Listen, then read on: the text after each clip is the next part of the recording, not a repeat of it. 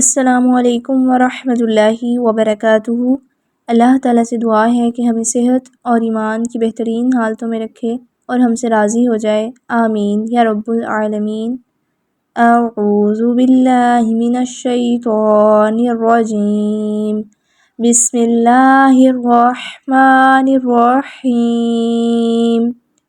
رب اشرح لی صدری وَيَسِّرْ لِي أَمْرِي وَاحْلُلْ عُقْدَةً مِّن لِّسَانِي يَفْقَهُوا قَوْلِي رَبِّ زِدْنِی عِلْمًا، آمین۔ آج ہم پڑھیں گے نون کتنی کے بارے میں۔ ہم جانیں گے کہ نون کتنی کیا ہوتا ہے، کیسے لکھا جاتا ہے اور اس کو کس طرح سے پڑھا جاتا ہے۔ تو چلیں آئے شروع کرتے ہیں۔ تنوین کے بعد اگر حمزۃ الوصل آ جائے، تنوین یعنی دو زبر دو زیر اور دو پیش۔ اب حمزۃ الوصل کیا ہے، ہم اس کو پہلے پڑھ چکے ہیں، ہمارے چینل پہ اس کی ویڈیوز موجود ہیں، آپ حمزہ کی اقسام میں سے جا کے حمزۃ الوصل کو دیکھ سکتے ہیں، لنک آپ کو ڈسکرپشن میں دے دیا جائے گا۔ تو تنوین کے بعد اگر حمزۃ الوصل آ جائے اور حمزۃ الوصل کے بعد جو حرف آ رہا ہے وہ ساکن ہو، تو جو تنوین کا نون ہے، یعنی جو تنوین کا نون ہے، اس کو ہم آگے ملاتے ہوئے زیر دیں گے اور پھر حمزہ وصلی جو ہے وہ نہیں پڑھا جائے گا۔ کیوں نہیں پڑھا جائے گا؟ کیونکہ جب ایک کلام کا درمیان چل رہا ہے تو حمزہ وصلی وہاں پہ گر جائے گا، پھر درمیان میں وہ نہیں پڑھا جائے گا، ٹھیک ہے۔ اب جس نون کو ہم زیر دے کے پڑھ رہے ہیں اس نون کو نون کتنی کہا جاتا ہے، ٹھیک ہے۔ یعنی اگر تنوین کے بعد حمزۃ الوصل آ جائے، ٹھیک ہے، اور حمزۃ الوصل کے بعد کوئی حرف ساکن ہے، تو ہم پھر جو ہے تنوین کا نون کو زیر دے کے آگے ملا کے پڑھیں گے، اس نون کو نون کتنی کہا جاتا ہے، ٹھیک ہے۔ یہ ایک چھوٹا نون ہوتا ہے، یعنی نون مکمل لیکن چھوٹا سا کر کے لکھ دیا بھی جاتا ہے وہاں پہ جہاں پہ یہ نون کتنی کا قاعدہ ہو رہا ہو، تاکہ ہم آسانی کے ساتھ اس کو دیکھ سکیں کہ یہاں پہ نون کتنی ہے تو ہم نے اس کو پڑھنا ہے یا نہیں پڑھنا۔ یہاں پہ ایک پوائنٹ امپورٹنٹ ہے کہ نون کتنی سے ہم جو ہے وہ ابتدا نہیں کر سکتے، ٹھیک ہے، بلکہ اس کے بعد والے جو کلمہ ہے، نون کتنی کے بعد جو لفظ آ رہا ہے وہاں حمزہ وصل سے ابتدا ہوگی، کیونکہ جو نون کتنی ہے اس کا تعلق حمزہ وصل کے بعد والے کلمے سے نہیں ہے، حمزہ وصل کے پہلے والے کلمے سے ہے، یعنی پہلے والے لفظ سے ہے، ٹھیک ہے۔ اب حمزہ وصل والے کلمے سے ابتدا جو ہے وہ حمزہ وصل کو ادا کرتے ہوئے ہم کریں گے، یعنی اگر حمزہ وصل والے کلمے، حمزہ وصل والے لفظ پڑھ رہے ہیں تو پھر ہم کیا کریں گے، حمزہ وصل سے اس کی ابتدا کریں گے۔ جیسے مثال کے طور پہ یہاں پہ لفظ ہے نوحبنا، تو اس میں کیا ہے، اگر ہم نوح پر وقف کریں گے تو پھر ہم اگلے کلمے سے ہی ابتدا کریں گے، اگر ہم اس کو ملا کے پڑھیں گے تو پھر جو ہے وہ نون کتنی جو ہے وہ پڑھا جائے گا، یعنی ہم اس کو نون کتنی سے ڈائریکٹ ابتدا کر کے ہم اس کو نبنا اس طرح سے نہیں پڑھ سکتے، ٹھیک ہے۔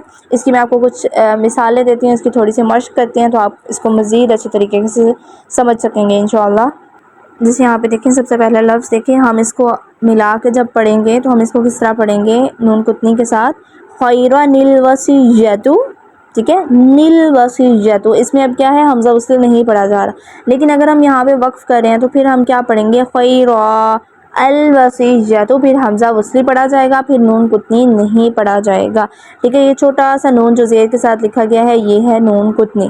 اسی طرح آگے دیکھیں، شیبان السماء، نسماء، یعنی اگر ہم ملا کے پڑھیں ہیں تو نون کتنی ہم پڑھیں گے، اگر ہم اس کو الگ الگ کر رہے ہیں تو پھر یہاں پہ کیا ہوگا، شیبا السماء۔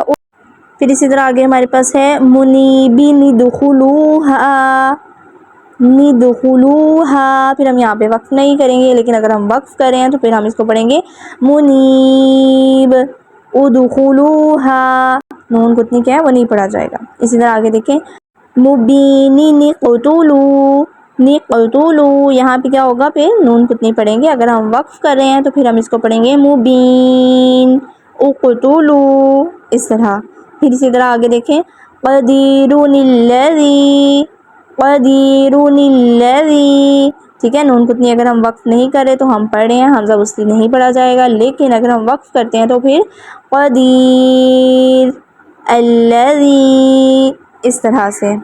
امید کرتی ہوں آپ کو نون کتنی کا ٹاپک سمجھ آیا ہوگا۔ یہ جو چھوٹا سا نون لکھا جاتا ہے زیر کے ساتھ، اس کو نون کتنی کہتے ہیں۔ اگر ہم ملا کے پڑھ رہے ہیں تو وہاں پہ نون قطنی پڑھا جائے گا، لیکن اگر ہم اس ایسے الفاظ پر وقف کر لیتے ہیں تو پھر نون قطنی نہیں پڑھا جائے گا، پھر حمزۃ الوصل پڑھا جائے گا۔ اگر آپ کو کوئی بات سمجھ نہیں آئی تو آپ ہمیں پوچھ سکتے ہیں، ہم انشاءاللہ آپ کی کوئی سالو کریں گے۔ آج کے لیے اتنا ہی، اگلے سبق تک دیجیے اجازت، اپنا خیال رکھیے گا۔ دعا پڑھ لیتے ہیں اختتام کی۔